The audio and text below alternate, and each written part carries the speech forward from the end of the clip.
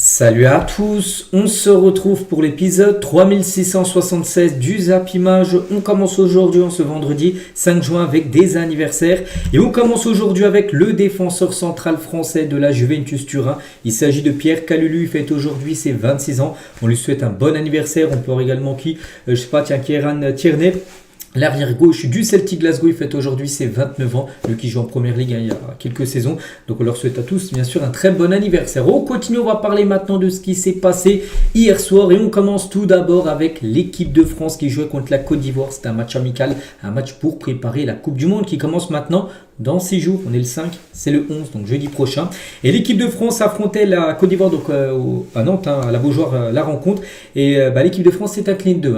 Donc pourtant l'équipe de France menait à 0. Ryan Cherki buteur juste avant la mi-temps, mais avant que Guela Doué et Amad Diallo marquent en seconde période pour les Ivoiriens. Et du coup, défaite des Bleus 2-1 face à la Côte d'Ivoire. J'ai regardé le match entier, bien sûr. Je crois que j'ai jamais loupé un match de l'équipe de France. Donc la première mi-temps a été plutôt bonne. La deuxième a été beaucoup moins bonne pour l'équipe de France. Après, il y a eu beaucoup de changements, tout ça.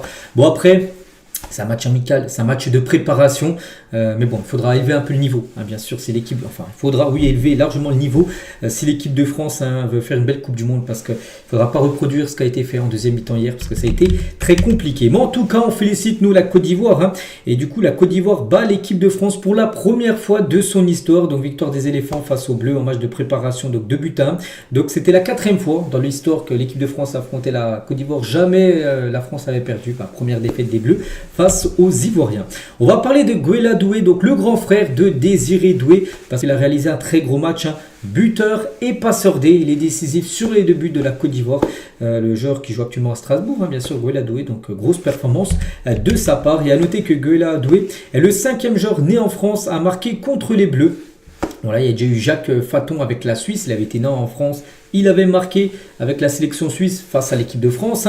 Jamel Belmadi, bien sûr, avec l'Algérie. Nicolas Pepe avec la Côte d'Ivoire. Wabi Kazri, c'était lors de la dernière Coupe du Monde avec la Tunisie. Et du coup, Guela Doué, né en France. Tous ces joueurs sont nés en France, mais ils ont marqué avec leur nouvelle sélection contre l'équipe de France. Donc voilà, on peut en rajouter un maintenant avec Guela Doué. Et donc Guela Doué là et Désiré Doué, son petit frère. Regardez, même si c'est un but contre l'équipe de France, on a l'impression qu'il a un petit peu le sourire. Voilà, bon après c'est un match de préparation, comme j'ai dit, le résultat c'est un peu pour du beurre bien sûr, mais voilà, en gros les deux frères. Ramenez-nous le Brésil, un supporter de la Côte d'Ivoire savoure la victoire face à l'équipe de France à la sortie du stade de Nantes. Donc il a dit la Côte d'Ivoire va être championne du monde. Ramenez-nous qui vous voulez, on va taper tout le monde, on n'est pas ivoirien pour rien. Voilà, donc très confiants les supporters, bien sûr, ils ont battu comme la première nation au classement FIFA, même si on va parler après, ça va bouger pour l'équipe de France qui ne sera plus première après cette défaite. Bon, en tout cas, ils sont prêts, la Côte d'Ivoire, n'oubliez pas qu'ils ont un gros groupe, la Côte d'Ivoire, il y a l'Allemagne, une grosse nation, l'Équateur, une très belle nation, je trouve très sous-côté avec du Pacho, tout ça, et je crois que c'est Curaçao qui sera le petit poussé, mais je pense même que ce groupe-là est même le groupe de la mort, c'est même le groupe, je pense, le plus compliqué de tous les groupes de la Coupe du Monde, ce groupe. Où la Côte d'Ivoire y sera. La une du journal L'équipe aujourd'hui, donc avertissement pour les Bleus avec cette défaite. N'oubliez pas qu'il y a encore un match amical pour l'équipe de France. Ça sera lundi contre l'Irlande du Nord et ça sera au stade de Lille. Voilà, ce sera le dernier match de préparation. Puis après, c'est le 16. Le 16 juin prochain, là c'est le match contre l'équipe du Sénégal. Première journée bien sûr de Coupe du Monde. Là c'est dans 11 jours. Le premier match pour les Bleus. Officiel du coup avec cette défaite, l'équipe de France perd sa première place au classement FIFA. Et c'est l'Argentine qui repasse première nation au classement FIFA. Donc la France perd même 2 places. Plus premier, ils sont même pas deuxième, ils sont troisième. C'est l'Espagne maintenant qui est deuxième. Voilà, par rapport au classement qui va être mis à jour là très prochainement. Donc l'Argentine va être première, l'Espagne deuxième et la France troisième. À noter les gars que l'équipe qui est actuellement en première position, l'équipe première au classement FIFA n'a jamais remporté la Coupe du Monde. Celle qui est arrivée première nation. Voilà, donc on va dire l'Argentine qui arrive à la Coupe du Monde en première position. Jamais dans le passé, une équipe qui était première a gagné une Coupe du Monde. On verra si ça sera le cas avec l'Argentine sur la prochaine édition. Concernant les notes des Bleus, donc Mike Mignon, note de 4 sur 10. C'est vrai qu'il n'y a pas eu normalement énorme tir cadré bien sûr la Côte d'Ivoire, mais bon il prend quand même 2 buts, donc une note en dessous de la moyenne. Donc Koundé c'est 5, Konaté c'est 4, pas un gros match du nouveau joueur du Real. De Coupa Mécano 6, c'est Théo Hernandez 5, Tchouaméni 4, Rabiot 5, Olysée 6, Cherki 7, le meilleur joueur de l'équipe de France, et c'est lui en plus qui a été buteur. Donc Thuram 4, Mbappé 4 également. Voilà, donc des notes plus que moyennes, bien sûr, hein, pour les joueurs des Bleus. Et concernant Ibrahima Konaté, donc n'a pas marqué de points. Donc hier, il se fait secouer dans le journal Équipe. N'oubliez pas que de base, hein, la charnière, on pense que ça sera Upamecano. Lui, je pense que c'est vraiment le taulier en défense centrale. Et on se dit avec Saliba, mais Saliba, on sait qu'il a un problème au dos. Il est un peu blessé, donc c'est pour ça que Deschamps a préféré mettre du coup Konaté. Konaté, il a été titulaire parce que Saliba, en gros, était quasiment forfait pour le match. Hein.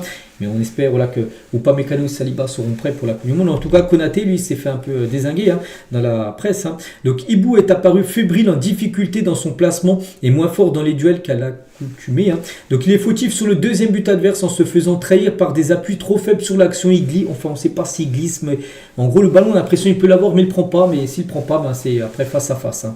Bien sûr, pour le but. Hein. Bon, bref, les absents n'avaient pas tort. Hein. Saliba ne doit pas vraiment craindre pour sa place voilà, de titulaire. Hein. Comment expliquer une 28e sélection aussi délicate pour Konaté? La position de l'ancien Sochalien peut déjà constituer un début d'explication. Donc à Liverpool cette saison, il a toujours évolué axe gauche. Hein. En équipe de France, ce n'est pas toujours le cas. De ses performances les plus difficiles ont lieu à droite. Voilà, donc c'est vrai que pour le nouveau joueur là, du Real Madrid qui va signer là d'ici quelques jours, c'est vrai qu'il a pas réalisé un très bon match. Hein. Voilà, Ibrahima Konaté. Concernant Ryan Cherki, donc lui c'est un peu l'éclairci de cette équipe de France. Hein. Déjà buteur, puis il a été plutôt bon, même très bon. Hein. Donc pour le journal Équipe, hein, ça ne fait aucun doute, hein, Ryan Cherki sera quand même sur le banc durant la Coupe du Monde. Voilà, parce que c'est vrai qu'il y a tellement de concurrence. Hein, c'est vrai qu'hier, bon, il y a eu du Thuram aussi, je pense qu'il sera remplaçant, j'espère. Hein, mais c'est vrai qu'oubliez pas qu'il y a du Dembélé aussi sur le banc. Hein, Dembélé avait joué la Ligue des Champions, la finale. On se dit que Dembélé pourrait être titulaire pour les matchs. Hein. Donc concernant Cherki, il pourrait peut-être avoir ce statut de super sub. Hein. Donc il n'est pas dit qu'il connaisse Paris Festin aux États-Unis, où il est programmé pour sortir du banc et dynamiter les fins de match. Hein. Si sa prestation nantaise ne bouleverse pas ce statut, il a fait en sorte que Didier Deschamps pense en premier à lui quand il se tournera vers le banc pour chercher un remplaçant. Et le premier nom qui lui viendra pour remplacer un attaquant, ça sera Ryan Cherki. Ainsi commence avec ce statut de remplaçant, on va dire, pour les matchs de Coupe du Monde. Mais vraiment, c'est le joueur qui a quand même le plus de chances d'être titulaire. Voilà, par rapport au remplaçant, on va dire le statut de remplaçant, c'est peut-être qu'il a le plus de chances de commencer dans le 11 de départ, parce qu'il est proche des titulaires quand même lors des matchs de Coupe du Monde. Ryan Cherki.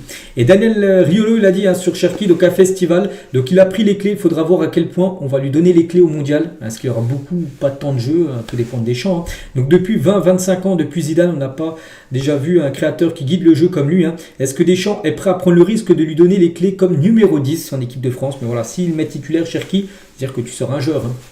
Voilà, peut-être tu seras un Dembélé, parce qu'au lycée on se dit il sera à droite, Mbappé sera en 9. Donc du coup Dembélé qu'on pensait en numéro 10, donc si tu mets Cherki en numéro 10, donc Dembélé tu mets sur le banc. À part si tu mets Dembélé lié gauche, qui est peut-être pas trop sa position. Voilà. Après, voilà, ça sera Deschamps, bien sûr, qui choisira, qui mettra.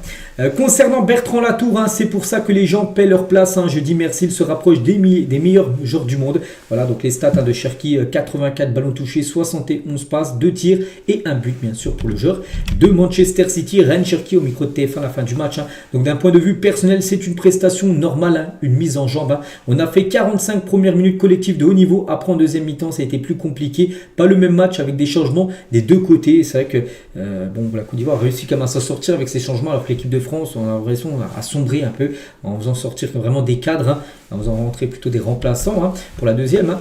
Et sur la Coupe du Monde, hein, il a dit on ira pour écraser tout le monde. Hein. Titulaire, il faut demander au coach ça. Moi, je peux juste vous dire, hein, on n'ira pas à la Coupe du Monde en tant que favori dans nos têtes. Hein. On va jouer cette Coupe du Monde comme si c'était la dernière. On a une cohésion de groupe incroyable. Voilà. Et toujours avec Cherki, hein, il a parlé de jouer avec Mickaël, donc Mickaël Olysée. Donc il a dit c'est énorme, on se comprend sans même se parler. Il sait que je peux aller à droite, à gauche. Lui, c'est pareil. Hein. Quand il rentre dans l'axe, je n'ai pas envie de lui marcher sur les pieds. Ça peut libérer de la place. C'est une compréhension de jeu qu'on a lui et moi. C'est magnifique d'être sur le terrain ensemble avec Mickaël Olysée.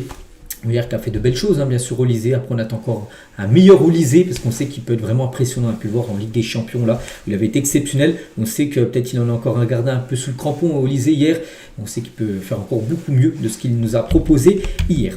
Et Cherki aussi, il a été questionné sur cette photo. Souvenez-vous, à Clairefontaine, la photo de l'équipe de France, avec Emmanuel Macron, tout ça. Mais regardez, lui, tout en bas à droite, il est un peu crispé, tout ça, regardez, hein, comme ça. Donc, pourquoi hein. Il a dit, hein, donc, non, ne parlez pas de ça. C'est une question de respect. J'étais à côté de Madame la ministre, hein, je ne pouvais pas être au-dessus d'elle ou qu'on la voit moins que moi, donc je me suis baissé. Voilà en gros pourquoi il a fait un peu cette il est un peu crispé, on va dire, sur cette photo.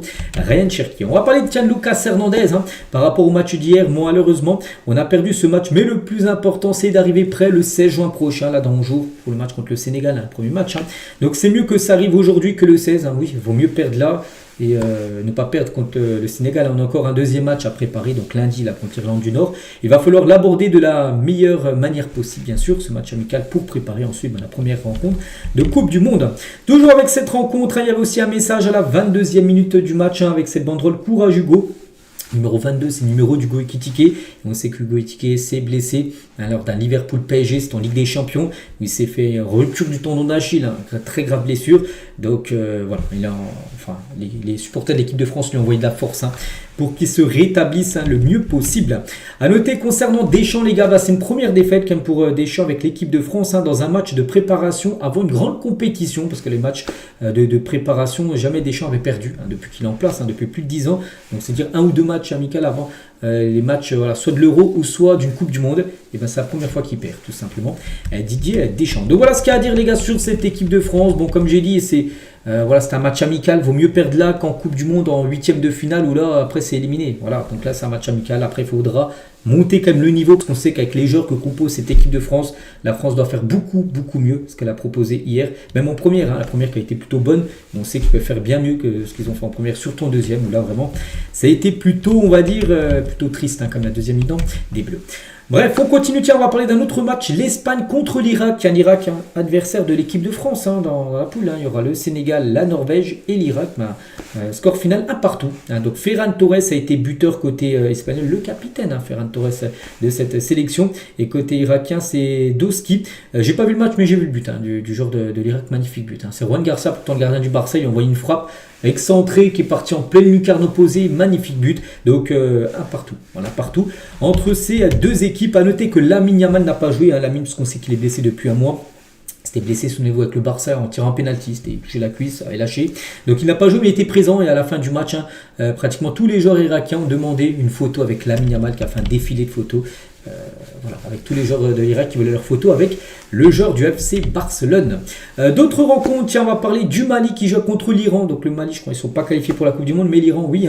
Et l'Iran s'est imposé 2-0. C'est un match amical. On notait que c'est plutôt inquiétant côté malien. 8e match d'affilée sans victoire pour les Maliens. C'est vrai que ça va pas fort actuellement. Il y a noté qu'ils ont changé de coach. C'est officiel. Anthony Da Silva, donc un entraîneur, on va dire franco-portugais, le nouveau coach du Mali, c'est officiel. On peut voir son parcours, parce que je ne connaissais pas du tout ce coach. On peut voir où il a passé avant. Il a coaché au Portugal, il a coaché, je crois que c'était en Roumanie. Il a coaché aussi une sélection adjoint et intérim du côté du Cameroun de 2019 à 2022. C'est lui maintenant le nouveau sélectionneur du Mali là pour les prochaines rencontres. Les autres résultats hier, donc on a parlé surtout des deux gros matchs, l'Espagne et la France. Il y avait aussi un Suède-Grèce, ça s'est fini à 2-2. N'oubliez pas que la Suède est qualifiée, la Grèce ne sont pas qualifiés. L'Andorre, tiens, ça a posé 2-0 contre le Liechtenstein. Voilà, c'est des petites nations. Donc voilà les résultats de la soirée d'hier. Toujours avec le mondial, comme j'ai dit, J-6 avant le début de cette Coupe du Monde. Donc révolution en vue pour les cérémonies d'avant-match pendant la Coupe du Monde lors du mondial 2026. Tous les joueurs remplaçants compris se réuniront autour du rond central lors des hymnes nationaux. Ça ne sera pas par exemple quand les joueurs rentrent, puis ils font 10 mètres, puis ils se mettent en ligne. Non, ils iront au rond central pour les hymnes nationaux, puis tous les joueurs, même les remplaçants. Voilà, ce sera différent de ce qu'on peut voir. Donc au même moment, d'immenses bannières aux couleurs des drapeaux seront déployées. Par exemple, là, tiens, pour le match d'ouverture, le Mexique contre l'Afrique du Sud, c'est le premier match de la Coupe du Monde. Et ça va ressembler un peu à ça. Donc, au fil de la compétition, cette cérémonie d'avant-match introduira de nouveaux éléments tels que de la fumée colorée. Peut-être après pour les quarts de finale, vraiment quand on sera dans la fin de compétition, pour les très grands matchs. Par exemple, tiens, pour le Mexique, il y aura les couleurs vert, blanc, rouge. Peut-être pas au début ça sera comme ça, mais à la fin il y aura des gros trucs de fumée qui seront faits. On sait que les États-Unis, c'est au Mexique aussi, au Canada, donc ils veulent vraiment que ça soit une très grande Coupe du Monde. C'est pour ça qu'ils vont faire un peu le spectacle, on va dire. Voilà ce qu'il y aura de différent par rapport à ce qu'on peut voir régulièrement dans le foot. Toujours avec la Coupe du Monde, à noter les sélections avec le plus de joueurs nés à l'étranger. Donc on sait que Curaçao, c'est toute une nation, avec la Côte d'Ivoire, l'Allemagne et l'Équateur. Donc 25 sur 26, il y a 26 joueurs en tout, c'est des listes de 26, donc 25 joueurs sont nés en dehors du Curaçao, donc 25 sont nés aux Pays-Bas. Voilà, on va dire c'est l'équipe B des Pays-Bas. Donc il y a un joueur est né au Curaçao qui est dans la liste. Donc du côté de la RDC, sur les 26 joueurs en tout, donc il y en a 20 quand même qui sont nés en dehors de la République démocratique du Congo. Il y en a pas mal qui sont nés par exemple en France. Au Maroc, 19 joueurs qui sont nés en dehors du Maroc, voilà, tout simplement. Donc Algérie 16, Bosnie 16, Haïti 16 également. À noter sur les 48 sélections, il y en a 8 seulement, 8 sélections seulement. Il y a 100% de joueurs nés dans le propre pays. Là, par exemple, je pense peut-être, peut-être à l'Australie, peut-être ce genre de pays où les 26 joueurs sont tous nés dans leur pays. Voilà, en Australie, donc il y a seulement 8 nations sur avec 48. Voilà. On reparlera, donc là je pense que j'ai fait le tour sur les infos sur la Coupe du Monde, ça on en reparlera demain, on en parlera de toute façon tous les jours, là pendant un mois et demi, on commencera à chaque fois avec la Coupe du Monde, vu que là elle approche à grands pas. On continue, on va parler maintenant un peu du Paris Saint-Germain, et une date, c'était il y a 52 ans, jour pour jour, le Paris Saint-Germain retrouvait l'élite, il quittait la deuxième division pour monter en première division, et depuis ce jour, Paris n'est jamais redescendu, et ce n'est pas près d'arriver. Bon, il y a eu des années où ils étaient proches quand même de descendre, mais un coup, ils devaient absolument s'imposer, ils avaient gagné 2-1 face à Sochaux, je crois que c'était Amara Diani, je crois qu'il a mis un doublé, heureusement, sinon il serait descendu. Mais bon, maintenant, on ne voit pas Paris être relégué, c'est pas près d'arriver, les gars. Ce serait une catastrophe. Enfin, ils gagnent la Ligue des Champions, ils enchaînent 2 back-to-back. On ne voit pas comment ils pourraient, bien sûr, descendre, mais en tout cas, voilà, depuis 52 ans, ils sont en première division. L'équipe du Paris Saint-Germain. Concernant Claude Makelele, tiens, sur le PSG, donc le PSG, le plus grand club du monde. Lui qui a joué, bien sûr, à Paris dans le passé. Voilà ce qu'il a pu dire Makelele sur l'équipe parisienne actuellement. Tiens, toujours avec les jours pour jour, on va parler côté Barça. Donc il y a 18 ans, jour pour jour, Juan Laporta, voilà, qui était président du Barça. N'oubliez pas qu'il était président à l'époque, puis après il a pu être président, puis il est revenu. Maintenant c'est le président actuel. Mais il nous met un certain Pep Guardiola, entraîneur du Barça il y a 18 ans, jour pour jour, le meilleur choix de sa carrière, parce qu'il y a eu l'époque, bien sûr, Pep Guardiola, l'époque Barça, avec les Messi, avec Iniesta, Xavi, tout ça. Donc c'était la patte Pep Guardiola. Donc il y a 18 ans, il était nommé entraîneur du FC Barcelone. Tiens, toujours avec les coachs, et on va parler aussi de pas mal d'officialisation de nouveaux coachs du côté de Liverpool. Tiens, samedi dernier, le jour de la finale de la Ligue des Champions, on avait appris quelques heures avant le coup d'envoi de la finale que Arne Slot avait été viré. Slot, c'est fini, saison blanche, voilà, donc c'est plus l'entraîneur. Et on va dire, voilà, quasiment 6 jours après, voilà, donc on connaît le nouveau coach, on s'en doutait que c'est lui, parce qu'il y a beaucoup de rumeurs. Donc Andoni Iraola est le nouvel entraîneur de Liverpool. Donc lui, il a coaché cette saison l'équipe de Bournemouth. Donc ils ont fait plutôt une belle saison à Bournemouth. Il était proche aussi, enfin il y avait des contacts avec l'AC Milan. Voilà, l'AC Milan qui avait Allegri le voulait, mais dès qu'il a vu que Liverpool était dessus, il a écarté Milan. Il voulait aller à Liverpool et ça y est, c'est lui le nouveau coach des Reds, un coach un peu connu quand même. Donc il est espagnol, donc on lui souhaite bonne chance du côté de Liverpool pour Andoni Iraola, c'est officiel, c'est signé. Autre info coach, c'est Christophe Pélissier, donc c'est fini à l'AG Auxerre. Donc l'AG Auxerre annonce le départ de Christophe Pélissier, pourtant il a quand même réussi à maintenir l'AG Auxerre en première division, c'était son objectif. Mais voilà, c'est fini, l'AG Auxerre veut un nouveau coach. Et j'ai pu voir que Will Steele pourrait devenir le nouveau coach de l'AG Auxerre. Mais bon, pour l'instant, ils font les choses dans l'ordre. Déjà virer l'entraîneur, puis après nommer le nouveau coach. Donc Pélissier, c'est officiellement terminé. Du côté du Bayer Leverkusen, donc ils viennent de nommer, c'est officiel, Carles Martinez Novel. Donc l'entraîneur de cette saison de Toulouse. Il est en fin de contrat, il est parti de Toulouse. Du côté de Leverkusen, ils avaient pensé à d'autres coachs, ils avaient pensé à Arbeloa, le coach du Real Madrid, mais ils se sont dit il n'est pas encore prêt, tout ça, pour prendre l'équipe. Il a été proposé à Arbeloa à Leverkusen, les Leverkusen ont refusé, et du coup ils vont plutôt prendre le coach espagnol Carles Martinez Novel. C'est officiel aussi du côté de Leverkusen. Concernant toujours les coachs, Mourinho, et c'est officiel également, le Benfica annonce que le Real Madrid les a informés qu'ils vont lever la clause de 15 millions d'euros de José Mourinho. Donc en gros ils ont reçu un communiqué, ils ont sorti un communiqué, le Benfica, pour dire que le Real Madrid va bien payer ses 15 millions d'euros, élever la clause. A noter que la clause libératoire de Mourinho la semaine dernière est à 7 millions d'euros. Je dis pourquoi ils vont payer 15 là alors qu'ils auraient pu payer 7 la semaine dernière par rapport aux élections. Voilà, donc c'est pour ça que ça a retardé. Du coup, ils vont payer quand même le double pour faire venir Mourinho. Mais voilà, Mourinho va bien débarquer au Real si Pérez est président. N'oubliez pas qu'il y a les élections, c'est après-demain, c'est le 7. Bon, il y a de grandes chances que Pérez soit réélu président du Real Madrid. Mais s'il venait ne pas gagner les élections, et Enrique Riquelme venait à remporter les élections du côté du Real, et Mourinho ne viendrait pas. C'est pour ça qu'il faut attendre quand même début de semaine prochaine, les gars, pour voir. Mais Mourinho devrait devenir le nouveau coach du Real si Pérez, bien sûr, est toujours là en place. Et concernant Pérez, il était en interview hier, il a envoyé quand même quelques dingueries un peu sur le mercato, parce qu'on sait que le Real Madrid va être très actif sur le mercato, avec Mourinho qui arrive, Denzel Dumfries aussi qui arrive, Konaté aussi, où les deux sont Erwigo. Et il a dit à la semaine prochaine, quand il sera réélu président du Real Madrid, comme je dis, il y a grande chance, je ferai une offre pour un joueur. Ok, oui, une offre. Mais l'offre, les gars, c'est surtout ça, c'est le montant. 150 millions d'euros. 150, donc là, on va rentrer dans les plus gros transferts de l'histoire du football, hein, bien sûr. Hein. Donc il pourrait être le plus gros transfert de l'histoire du Real Madrid, hein, qui est à l'heure actuelle, je crois, toujours, c'est d'être Eden Hazard, je crois, le plus gros transfert de l'histoire du Real. Donc c'est un milieu de terrain. Donc il n'a pas donné de nom, mais voilà, il donne comme des indices, 150 millions d'euros, c'est un milieu de terrain. Donc aussi d'autres infos, hein, il ne joue pas en première ligue. Donc on se dit, Rodri, c'est pas Rodri. De toute façon, 150 millions d'euros pour Rodri alors qu'il a un autre contrat. On sait que c'était pas lui. Hein. Donc il évolue dans un club qui dispute la Ligue des Champions, ok, et c'est un milieu de terrain. Donc voilà, bon après, voilà, pour ceux qui connaissent un peu le foot, on peut se douter, voilà, c'est qui un milieu, les gars, qui coûte 150 millions d'euros, enfin c'est prix départ. Hein. Pérez, j'ai même Fabrizio Romano dit qu'il pourrait aller un peu plus haut encore. Hein. Donc on pense directement à un joueur du PSG. Voilà, donc ça va se jouer entre Neves et Vitinha. Donc Pérez, hein, voilà, d'après les journalistes espagnols, va envoyer les 150 millions d'euros sur João Neves, le joueur du Paris Saint-Germain, le Portugais, qui vient de remporter une deuxième Ligue des Champions d'affilée. Donc après, c'est soit Neves, on se dit, soit Vitinha. Voilà, donc il va tenter un très gros coup, tout simplement. Florentino Pérez, comme j'ai dit, hein, ça serait une offre de départ, donc ça peut même monter encore plus. On va peut-être atteindre des chiffres à 170 millions d'euros. Et il deviendrait le deuxième transfert, je crois, oui, c'est d'être le deuxième, parce que Mbappé, je ne sais plus, il est à combien Mbappé, parce que c'est toujours Neymar, le plus gros. Mais Mbappé, je ne sais plus, il est à combien, 175 avec des bonus, ou aller dans ces eaux-là. Bon, bref, si voilà, on parle de très gros montants, les gars. Voilà. Après, bien sûr, est-ce que Neves et Vitinha ou Vitinha veulent aller au Real? Quand on sait la situation actuellement maintenant qu'il y a le PSG qui enchaîne 2 Ligues des Champions d'affilée, que le Real Madrid est en crise comme depuis 2 ans avec le 0 trophée remporté.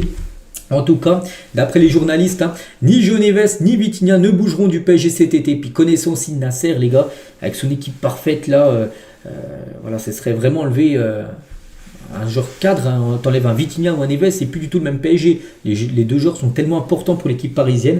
Donc voilà, parce que Paris, les gars, oui, 150 millions d'euros, c'est énorme, mais Paris, je pense pas qu'ils sont, pour eux, ils sont intouchables, hein, les deux Portugais. Après, c'est le mercato, on sait que tout peut arriver. Imaginez Paris, ils peuvent accepter, même si je pense que Nasser, les gars, va refuser ça directement. Luis Enrique et Paris va dire, hein, c'est des joueurs trop importants. João Neves et Vitinha, ils sont indispensables à l'équipe parisienne. Si Paris va enchaîner la 3e Ligue des Champions d'affilée la saison prochaine, tu dois conserver ce genre de joueur, tu n'as pas le choix. Donc après, voilà, en tout cas, Pérez, il va tenter le très gros coup, un des deux Portugais. Toujours avec Pérez, donc il va officialiser aussi les transferts, là, comme j'ai dit, hein, donc de Konaté, Dumfries et Mourinho. Puis il y a aussi cette personne là en son tout à droite où ça pourrait être, comme j'ai dit, un des deux, enfin qui va essayer. Hein, les trois là, c'est fait, mais l'autre, on verra parce que ce sera beaucoup plus compliqué. Voilà. On continue, on va parler un peu aussi de Savinho, les gars, un joueur qu'on parle peu cette saison parce qu'il a très peu joué à City. En tout cas, il y a des chances qu'il parte, hein, parce que Tottenham envisage de faire une offre pour Savinho et City lui a donné un bon de sortie parce qu'il sait qu'il est plus trop important, puis lui aussi a besoin de temps de jeu. Donc voilà, on se dit qu'il va partir et Tottenham très intéressé par Savinho. D'autres infos, tiens, on va parler aussi côté Paris Saint-Germain, Bradley Barcola, et c'est Fabrizio Romano qui le dit, hein, des mouvements sont attendus autour de Bradley Barcola cet été. Arsenal, Liverpool et un autre club sont intéressés. Vraiment, je ne vous cache pas, je pense qu'il y a de grandes chances qu'ils quittent le club Barcola. On parlait de Neves, Vitinha, je pense qu'ils resteront, mais Barcola, je le vois partir. Pourquoi? Parce que déjà, c'est plutôt un remplaçant du côté de Paris. Et Paris, il va peut-être essayer le gros coup Yann Diomandé, qui a fait une belle rencontre hier. Hein. Voilà. Donc, si Yann Diomandé venait à débarquer à Paris, Barcola, c'est sûr qu'il partirait. Et comme je dis, il aurait la cote, enfin une grosse cote, hein, du côté de la Première Ligue. Des nouvelles également de Randal Colomoni, parisien également, hein, qui a été prêté à Tottenham cette saison. Donc lui, c'est la priorité de la Juventus Turin. Un transfert entre 30 et 35 millions d'euros pour être faisable. Hein. Le transfert est ouvert à cette proposition. Parce que lui, il souhaiterait retourner à la Juve où il avait été prêté de janvier jusqu'à juin 2025, il y a un an. Hein. Donc voilà, Paris pourrait essayer de récupérer une belle somme. Hein. Après, il a été acheté comme 75 millions d'euros. Imaginez s'il est vendu 35, il a été acheté 75, Paris va perdre quand même quasiment 40 millions d'euros dans l'opération. De toute façon, ils ne revendront jamais le prix où il avait acheté parce qu'il a tellement perdu en valeur, bien sûr. Colomani. Et à noter que la Juve, hein, va essayer dans le deal pour Colomani pour essayer de faire baisser peut-être le prix. Hein. Ils veulent tenter de vendre Jonathan David au PSG. Est-ce que Paris est intéressé par Jonathan David? Je pense pas. Je pense pas que c'est un attaquant qui irait, hein, du côté de l'équipe parisienne. On continue, on va parler d'Alan Saint-Maximin, annonce son départ de Lens. Hein, je vais pas tout lire, pour mettre pause, lire, hein, bien sûr. En gros, il a mis son message d'adieu. Il est arrivé en janvier. Alan Saint-Maximin, il joue au Mexique, hein, et du coup, il a terminé ça. Il a cassé son contrat mexicain en décembre dernier, et en janvier, il a signé à Lens, hein, où il a pu remporter par exemple la Coupe de France. Il a fait une deuxième de Ligue 1. Et en gros, il dit 6 mois, parfait pour lui, mais il souhaite partir. Voilà. Et du coup, il officialise son départ. Hein, et Saint-Maximin a donné son accord pour rejoindre le FC Charlotte en MLS. Voilà. Pourquoi? Parce qu'il va aller jouer aux États-Unis. Donc, il arrive libre de tout contrat, vu qu'il avait signé 6 mois de contrat hein, du côté de Lens. Hein. Donc, il devrait être un designated player. Hein, on se dit, c'est quoi? Donc, c'est-à-dire l'un des 3 joueurs par franchise, hein, dont le salaire peut dépasser le plafond fixé par la Ligue. Parce que du côté des États-Unis, il y a un plafond par rapport au salaire. Tu ne peux pas dépasser tant en salaire. Et en gros, chaque franchise, en gros, une franchise, c'est un club. Hein. Donc, chaque club, ils peuvent, il 3 exceptions, ils peuvent casser ce plafond de salaire et payer plus, en gros. Donc, du coup, l'équipe de Charlotte hein, devrait lui proposer un très gros salaire pour qu'il rejoigne tout simplement cette équipe américaine, Alain Saint-Maximin. Donc, voilà, il devrait aller jouer là-bas. Il touchera un beaucoup plus gros salaire que ce qu'il touchait du côté de Lens. Toujours à Lens, tiens, on va parler aussi de Saoud Abdelhamid. Et ben, c'est officiel. Il signe définitivement du côté de Lens. Voilà, il était prêté par une équipe, je ne sais plus c'était quelle équipe, hein, une équipe saoudienne. Et du coup, ben, Lens le conserve. Voilà, donc, ils ont levé l'option d'achat. Donc, il est maintenant sous contrat jusqu'en 2029 du côté du Racing Club de Lens. Le gardien Alessandro Longoni, 18 ans, est proche de s'engager avec le Paris Saint-Germain. Il devrait signer son premier contrat pro et jouera dans un premier temps avec le U19, le groupe Esport, on va dire, du PSG, et participera aux entraînements du groupe pro. Voilà, il sera avec les professionnels à l'entraînement et il jouera les matchs, parce qu'il ne jouera pas en équipe première, mais il jouera les matchs plutôt avec l'équipe B voilà, du PSG. Voilà, donc c'est un peu un gardien un peu à la Renato Marin, un gardien on va dire pour le futur hein, du côté de l'équipe parisienne. Tiens, un autre gardien, donc lui portugais, c'est Anthony Lopez, donc lui beaucoup plus connu, donc lui bon, qui est plutôt vieux, hein, ancien gardien de Nantes, de Lyon, donc il va signer libre à Angers. Voilà. Donc le gardien a déjà passé sa visite médicale hier jeudi, donc contrat de 2 ans pour Anthony Lopez qui restera en Ligue 1 mais qui signera à Angers, donc il quitte Nantes, hein, qui descend en 2e division la saison prochaine. Rensdorf, tiens, un joueur néerlandais sur Dumfries hein, qui va signer au Real. Il a dit, nous l'avons déjà tous félicité par rapport à son transfert au Real Madrid. Nous sommes très heureux pour lui, même si l'officialisation n'a pas encore dit. Voilà, Reinders, et même tous les joueurs néerlandais ont tous félicité Dumfries. Peut-être De Jong aussi qui joue au Barça, lui a dit, tiens, on va s'affronter souvent maintenant en Espagne alors des classicos. Du côté du Bayern aussi, niveau transfert, ça bouge. Le transfert d'Ismaël Sebari, donc joueur marocain, au Bayern Munich, où j'en parle là, depuis 2-3 jours, c'est quasiment bouclé. Hein. Fabrizio Romano dit qu'il y a déjà, je ne sais pas si le Herwigo, mais c'est très proche d'être fait. L'accord entre le Bayern et le PSV se rapproche. Le Marocain a déjà parlé à Vincent Kompany. Voilà, donc on s'est dit que ça aussi, hein, c'est un transfert qui pourrait se faire avant le début de la Coupe du Monde. De toute façon, je pense qu'il y en a beaucoup qui se feront avant la Coupe du Monde, parce qu'il y a beaucoup de joueurs qui aimeraient être fixés par rapport à leur futur en club avant le début du mondial. Et le mondial commence jeudi prochain. Et le Bayern aussi a trouvé un accord avec Nathaniel Bruna. Donc le latéral gauche veut rejoindre le club, mais Francfort demande pas loin de 60 millions d'euros pour ce tout jeune joueur, Nathaniel Bruna, qui joue à Francfort, mais lui souhaiterait aller au Bayern. Hein. Donc on verra s'il y aura accord ou pas. On continue avec Federico Valverde qui prépare bien sûr hein, la Coupe du Monde avec l'Uruguay. Et la cicatrice de Fede Valverde, certainement suite à son altercation avec Tchouaméni. Donc en gros, c'est le barbeur qui l'a filmé. Donc un barbeur qui coupe les cheveux, tout ça, il lui a fait une coupe. Puis en gros, il le filmait. Puis on peut voir, si on zoome un petit peu, regardez, il y a un petit peu une cicatrice là, au-dessus du front. Donc c'est certainement, il s'était embrouillé avec Tchouaméni. Bon, c'est pas un coup de poing de Tchouaméni, il aurait pris un coup de poing, mais c'est pas ça qui lui a fait la cicatrice. C'est qu'il est tombé après, dans les pommes, il est tombé sur une table. Et c'est pour ça qu'il était parti à l'hôpital, hein, se faire recoudre. Donc là, on la voit bien, la cicatrice quand même est plutôt longue, parce qu'après, je pense, elle doit aller peut-être aussi au niveau, enfin dans les cheveux.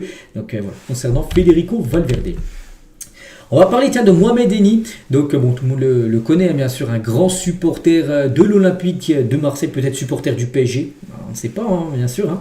En tout cas, donc il était chez le tatoueur, parce qu'il a dit, ouais, si le PSG venait à faire le back-to-back, j'irai me faire tatouer le logo du PSG sur le pectoral. Bon, il est parti, bon, voilà le tatouage qu'il nous a fait, donc déjà, c'est pas le logo du PSG, oui, c'est la Tour Eiffel, mais le logo du PSG, c'est pas qu'une Tour Eiffel, hein. Et bien évidemment, c'est un faux tatouage. Moi, j'en ai beaucoup des tatouages, les gars. Quand tu te fais tatouer, t'es tout rouge, t'es un peu déjà gonflé hein, par rapport à l'aiguille vraiment qui te pique énormément. Et t'es aussi rouge. Donc là, les gars, si tu zoomes un petit peu, enfin, tu vois qu'il n'y a aucune rougeur autour du tatouage. Donc c'est un tatouage temporaire. Donc là, c'est un peu un tatouage malabar. Dans quelques jours, il sera enlevé. Mais voilà, en gros... ce qu'a pu faire Mohamed Eni.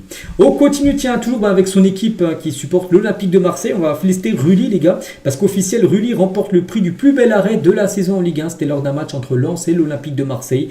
Il avait réussi à arrêter un tir voilà, pratiquement d'une main sur la ligne. Ça, c'est le plus bel arrêt d'un gardien de Ligue 1 sur cette saison.